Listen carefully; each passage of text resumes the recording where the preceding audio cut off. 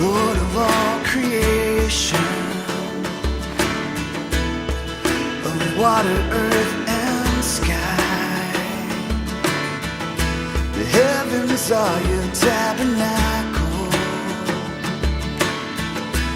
Glory to the Lord on high. God of wonders beyond our galaxy, you are holy. Holy, the universe declares your majesty.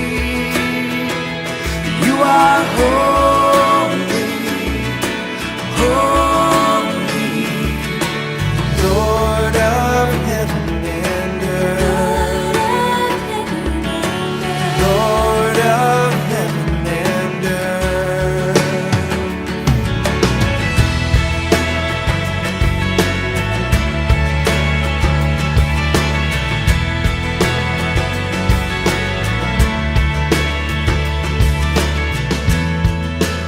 Early in the morning,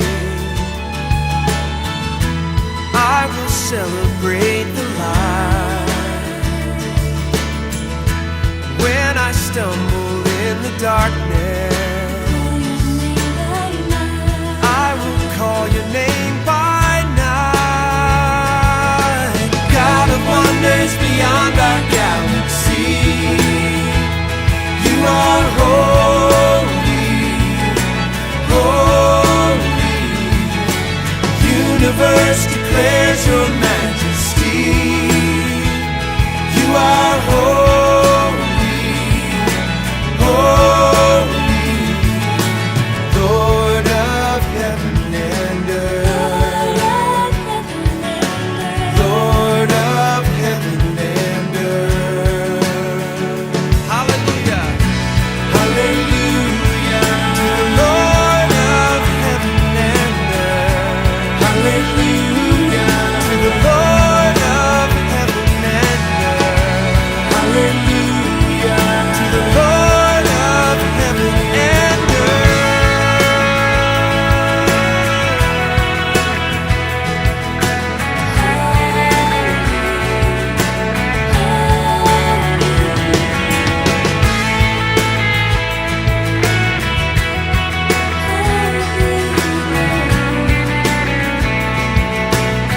God of wonders, oh God of wonders beyond our galaxy, you are holy, holy. Universe declares your majesty. Yes, it does. You are holy, holy. Precious Lord, reveal your heart to me. Father, hold me, hold me. The universe declares your majesty. You are holy, holy. Oh God of wonders beyond our galaxy, you are holy, holy. The universe declares your majesty. You are holy, holy. You are holy, holy.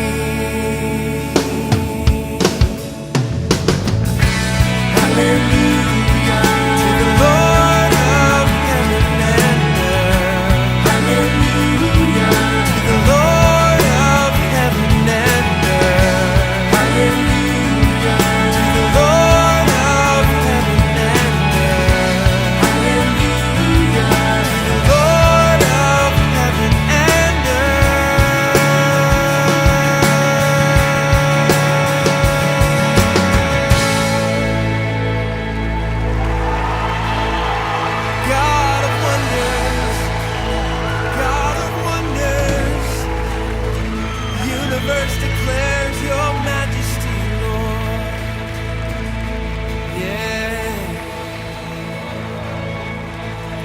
Amen. Bless you, Lord.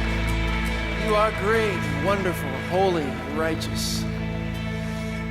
I love that line. Precious Lord, reveal your heart to me. Father, hold me. Hold me. You are holy. Holy. You are holy. So holy. You are holy. Holy.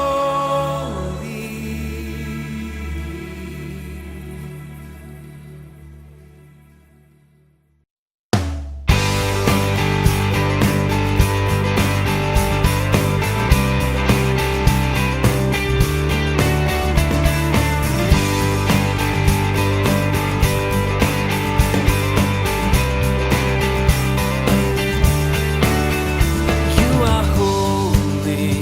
You are holy. And you are mighty. You are mighty. You are worthy. You are worthy. Worthy of praise. Worthy of praise. And I will follow. I will follow. I will listen. I will listen. I will love you I will love you. all of my days. All of my days. I will sing to and worship the King who is worthy. I will love and adore him. I will bow down before him. I will sing to and worship the King who is worthy. I will love and adore him. I will bow down before him. You're my Prince of Peace, and I will live my life for you.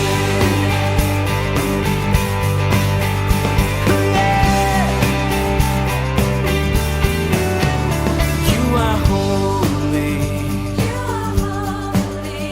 and you are mighty. You are mighty. You are worthy, You are worthy. worthy of praise. Worthy of praise. I will follow. I will follow. I will listen. I will listen. I will love you I will love you. all of my days. And I will sing to and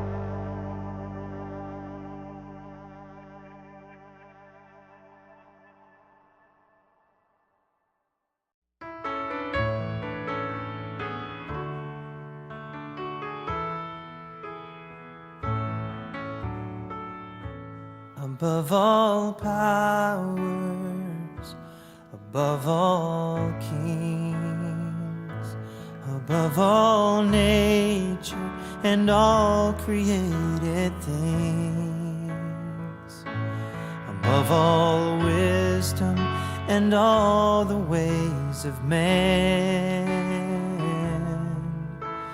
You were here before the world began. Above all kingdoms, above all thrones, above all wonders the world has ever known,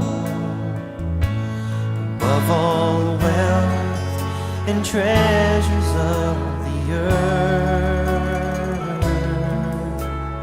there's no way to measure what you're worth.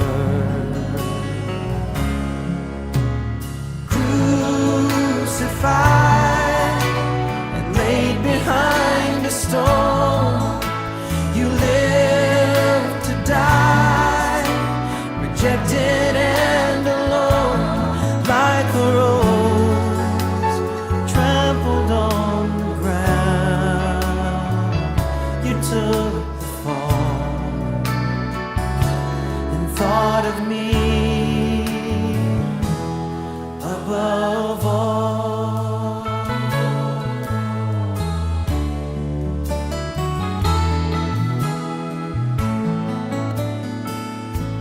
Above all powers, above all kings, above all nature and all created things, above all wisdom and all the ways of man. You were here before the world began. Above all kingdoms, above all thrones, above all wonders the world has ever known, above all wealth and treasures of the earth, there's no way to measure what you're worth.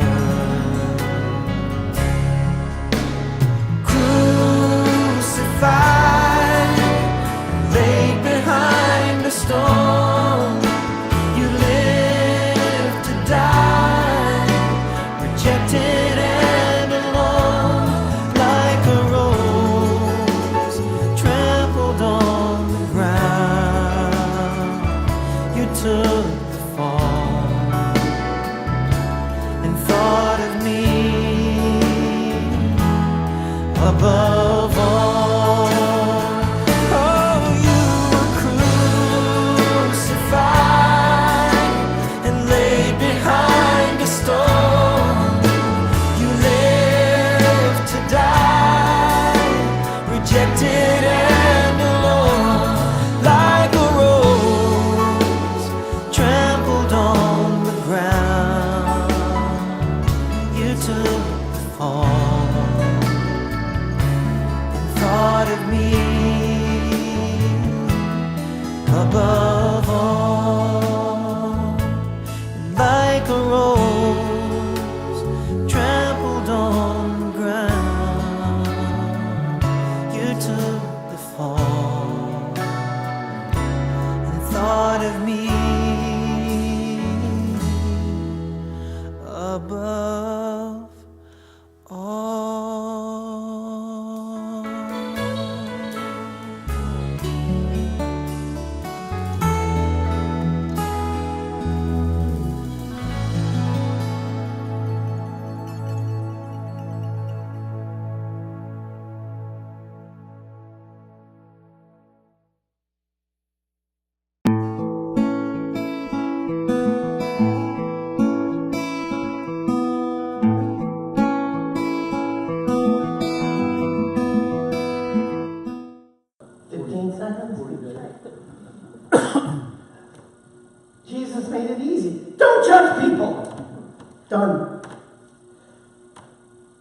But I know Tricia wants more. She always wants more.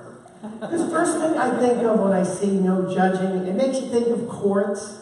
And then there's the judicial courts and the church courts and all that. And he's not talking about any of that. Because that's pretty simple. You have to have courts to have justice. So I'm thinking, what was Jesus talking about? And we expand it into what people heard in his day. First, he didn't speak in Greek, but the gospel is written in Greek, so I have to use those words. But the very first two words of the verse 1 is not judge. Let me explain what that means very quickly. In Greek, there are two participles you can use when asking a question. The first one, which would be not, means that the answer to the question is a negative. And then there's the other participle that's a yes, meaning I'm looking for a positive answer to the question. So this actually is a negative statement. No judging. And it's a question that is being asked to people. And then I thought about it, and I went, wait a minute now. He says, don't judge others because you're going to be judged. Well, that's easy. I'm done. But then he gives more, like 2 more examples. And you start to wonder, are we really that stupid? Or is there more going on here than just don't judge? And there actually is quite a bit. He's talking about people's habits and weaknesses and actions. That we shouldn't judge people by what they do or how they do it or habits that they may have. Because all of that we've been reading about, 5, 6, 7, it's going to go on for a couple more chapters. When you get down to the heart of it, it's all about community. And when the community comes together, now remember after Jesus and the church starts, these people start living in what we call communes today, right? They started living in small communities. And if you can't get over somebody's bad habit, I don't care what it is, unless it's against the Bible, right? We're talking about things like biting nails, picking, things like that. That really gross stuff. Smoking. Okay, smoking is a good one. You can destroy a community by judging people. By saying, Barb, stop biting your nails. You could actually destroy a community that way. And you're going to live together, and you're going to work together, and you're going to pray together and worship together. You got to learn to overlook things. I can say this now, even in marriage, right?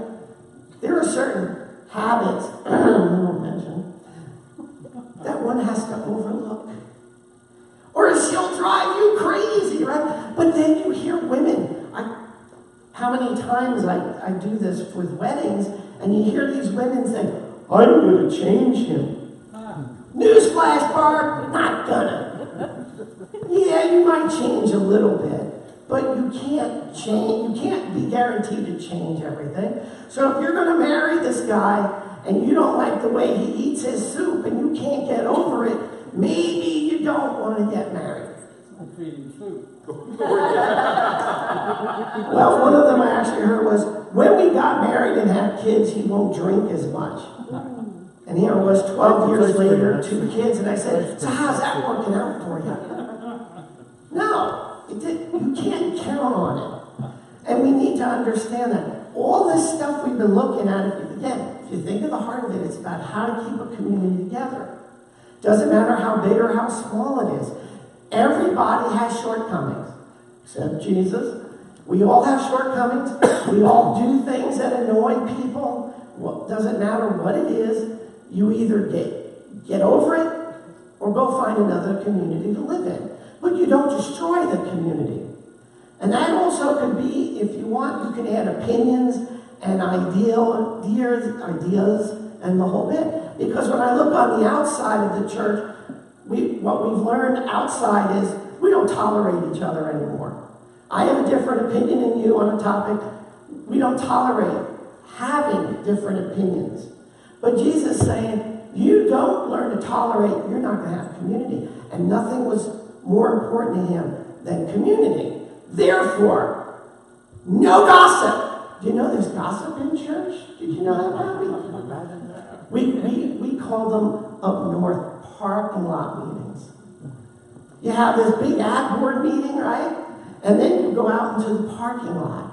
And then you see the little groups. I don't like what you think. I don't like it. And then all the little gossip things start. And if you want to, you could try this. Now, you could start in these smaller churches. You can make up a little rumor and see about an hour later what that rumor has turned into. And it can be really good fake news, too. And it works. The other thing is criticism. By the way, there's no such thing as constructive criticism. Got that? It's destructive. Period. End of story. There is no such thing as constructive criticism. Criticism is criticism. It's always going to be negative. It's always going to be taken personally, and it's going to break up your community. I've seen churches break up over that.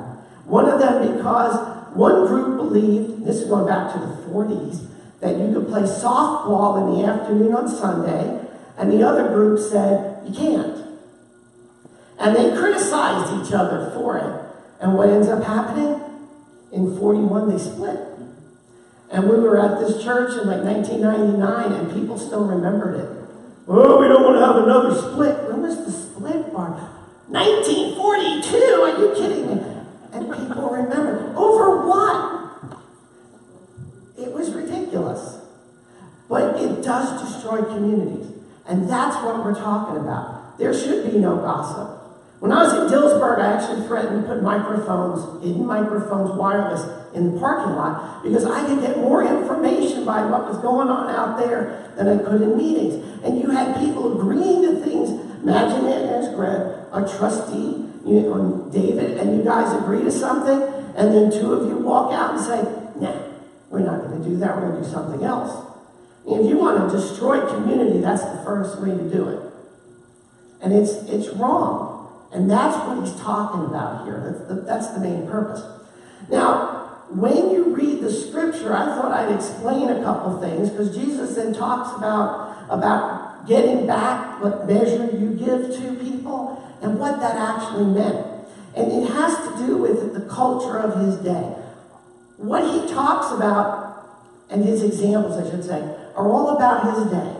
And you have to think about what was going on in his day to understand it. So, of course, when he spoke these words, the people of his day understood it. So first, merchants did not have precise measuring tools. They didn't have good scales. Nobody did. Do you remember? Well, the kids in the back room, but us older people, do you remember when you had a scale that you could actually adjust with a little dial because it was a spring? You probably don't know about that. You used to be able to adjust it. So when the diet wasn't working real well, you know what I would do? I'd go in there and say, -5. Oh, that's a good place to start. Or if you wanted your spouse to go on a diet, turn it up a little bit. Because she's not looking when she steps on the scale, right? Have you ever done that? No. Because they won't look down at the scale, so you set it for like 7. Oh my gosh! Never did that? Yeah, you did it. Oh, Barb's something you don't have to worry about. Put my foot on the back of the scale when she stands on it. That's a good one. But they didn't have precise measuring tools. So how did they measure things? And the first one is cloth, which I think is a really good one. Except Matt's disappeared on me. I needed him here. Matt's got pretty long arms. Who else has really long arms? I don't think Penelope does. Okay, we'll use Pappy as an example. So he and I would get together. We're going to be cloth merchants. And I happen to have a shorter arm than his because they measure distance from the elbow to the fingertip. That's a cubit, if you ever see that word. And that's why if you look in the Bible and say, how big was Noah's Ark? It's going to give you a range because it depends. Now, I have the shorter arm. He has the longer arm. So Pappy would go buy material. Let's say he's going to David, and he's going to buy by the cubit. So you're using your arm, and you're going to get a lot of cloth. But when he gives it to me, and I'm in the marketplace, and Barb comes to me and says, I'm going to make a dress. I want some cloth. I want to use mine because it's shorter. See, that's what it means. You're going to get back by your measure, meaning how long your arm is. Now he comes back. Where were you? We needed you. See, he's got gorilla arms. He's been perfect for it. So I would take Matt and take him and let him buy all the cloth he can because his arm is just huge. So you get back by what you give. That's what he's referring to. But also, I thought was interesting, well, what happens with dry goods? You know, you bought wheat in the marketplace. How can you measure wheat when you don't have a scale? So what they did is they built a thing called a measuring box. Basically, it could be a square, it could be a rectangle, and it would have so much width on the wood, flat bottom of wood, and what the merchant would do is would basically fill up your measuring box or his measuring box. So obviously, if I'm buying, I want to have big tall walls, but if I'm selling, I want really short walls. But what they did was they would put the dry goods, like the grain, into the measuring box, and then they squish it a little bit, and then they would push it down with their hands and press it down. Now, you, of course, as the buyer, want to see some elbow grease in there. I, as the seller, and then I'll pour some more on and shake it a little bit and pat it down. And they kept doing this until it would overflow slightly.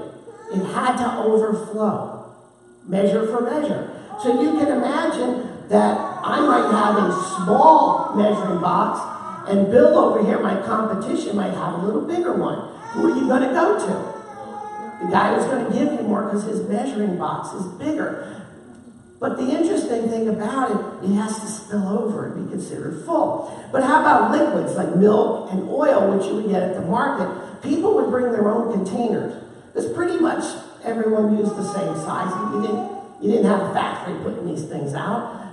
But when your liquid container was filled, it had to start to overflow to be considered full. That's how they measured things in Jesus' day, which hopefully will help you to understand the scripture a little bit. Now, I'll apologize about this slide because I should have separated it. Verse 3 to 5, it says, don't talk about the splinter in the other guy's eye when you got the log or the plank coming out of yours. In Semitic storytelling, they use exaggeration. So if you didn't get it from don't judge others, and you didn't get it from don't judge others because with the measure, guess what? I'm going to say it a third time. You know, we say that now. Say it 3 times. Yeah. Well, at least Jesus said it 3 different ways the same time. But this time, you're going to get, your ears are going to wake up and go, what did he just say? A log in my eye. It's an exaggeration. Semitic storytelling was always exaggeration. So if I went out to the Galilee with Bill and I got a fish, my fish might only be, like 3-4 inches long. By the time we got home, that sucker was 3 or 4 feet. And Bill's there saying, yeah, it was.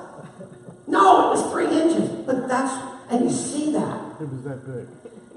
It was as big as a cubit. My fish grew to be as big as Matt's cubit, because his cubit's bigger than my cubit. And Bill Cosby. That's an arm length, by the way, elbow to, yeah. And Bill Cosby will tell you about a cubit.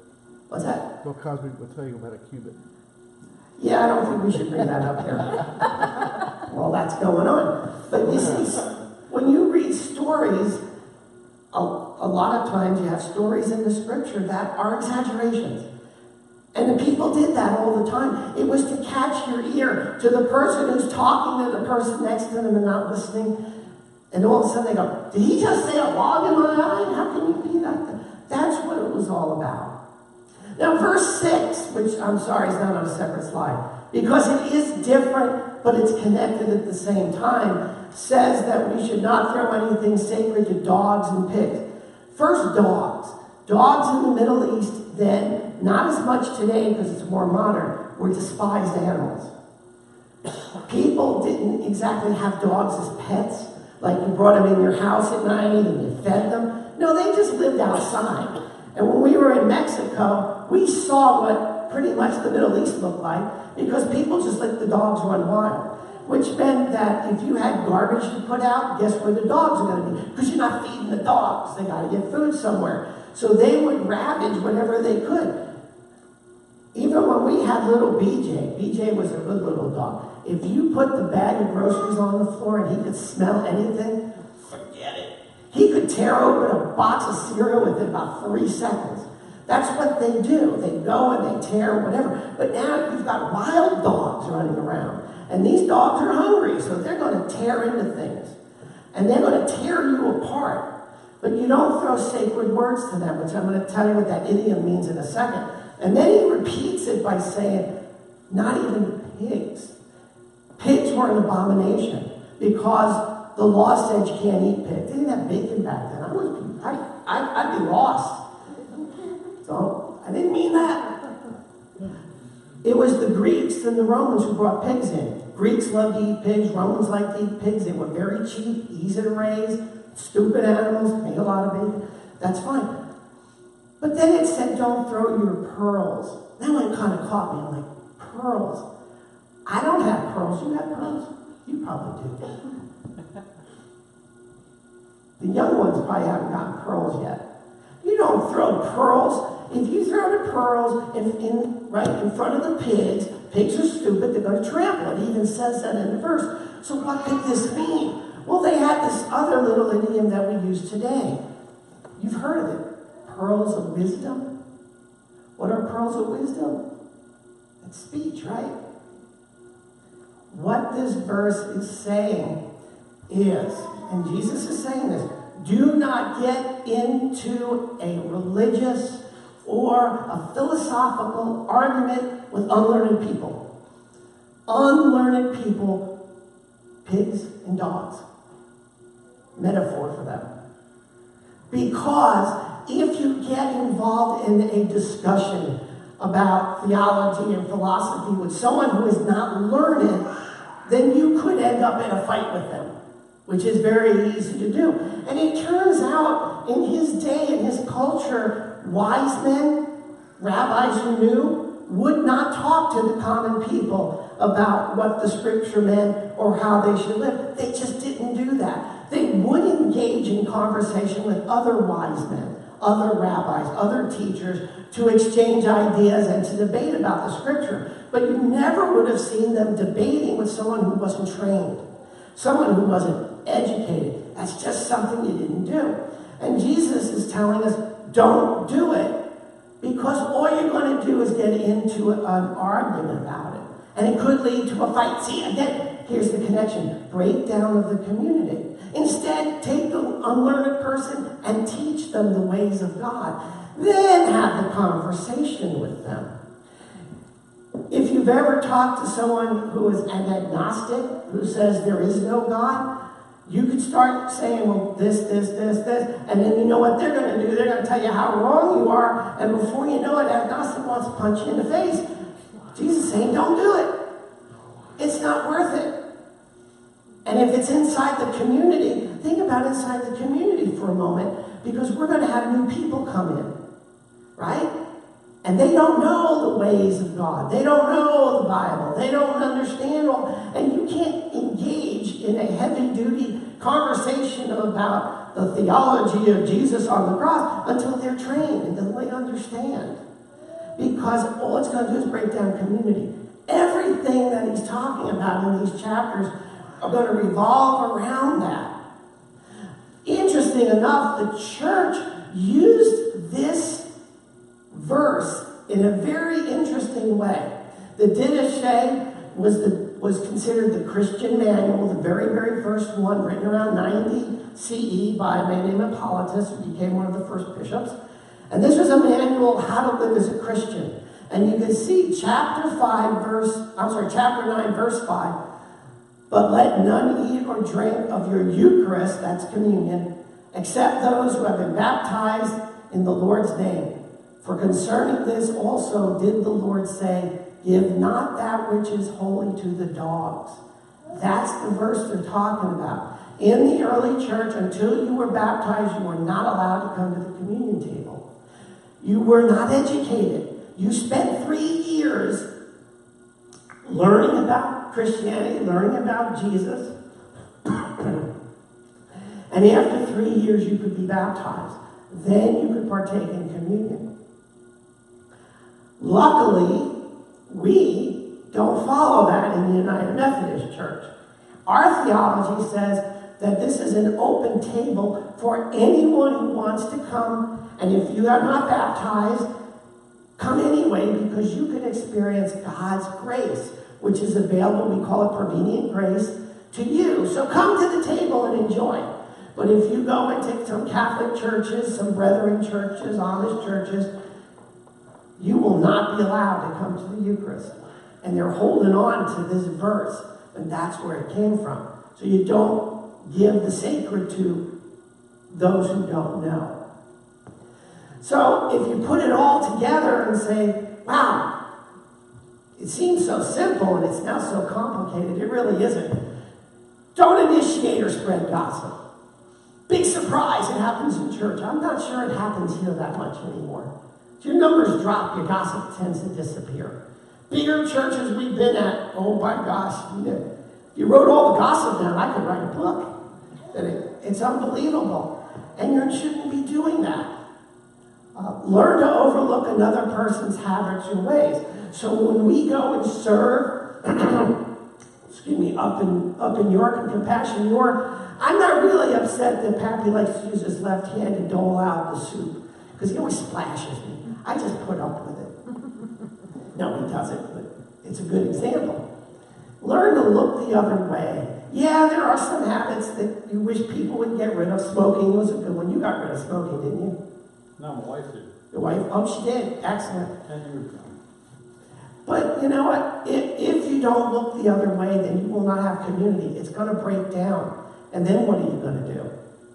So maintaining community. But then as I thought about this during the week, we're going to run into the golden rule. Everyone knows it. Do unto others before they do unto you. Do unto others as they would do unto you. That's the golden rule. So it's coming up here pretty quick. But you can almost see that as a conclusion for this gigantic section, because the golden rule is set up to what? To keep community. And yes, there'll be arguments, and yes, we'll do this and that and whatever. But if we're following Jesus' words, the idea is to keep community together, to keep the group together. And that's what we have to remember. Oh, I already said that.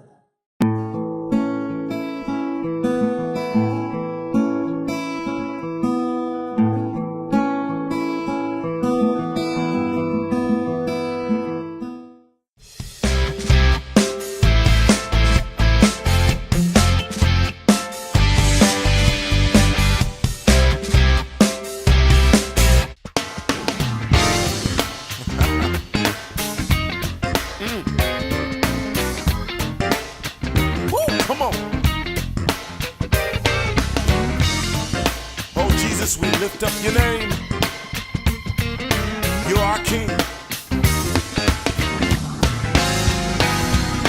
Hail, Jesus, you're my King.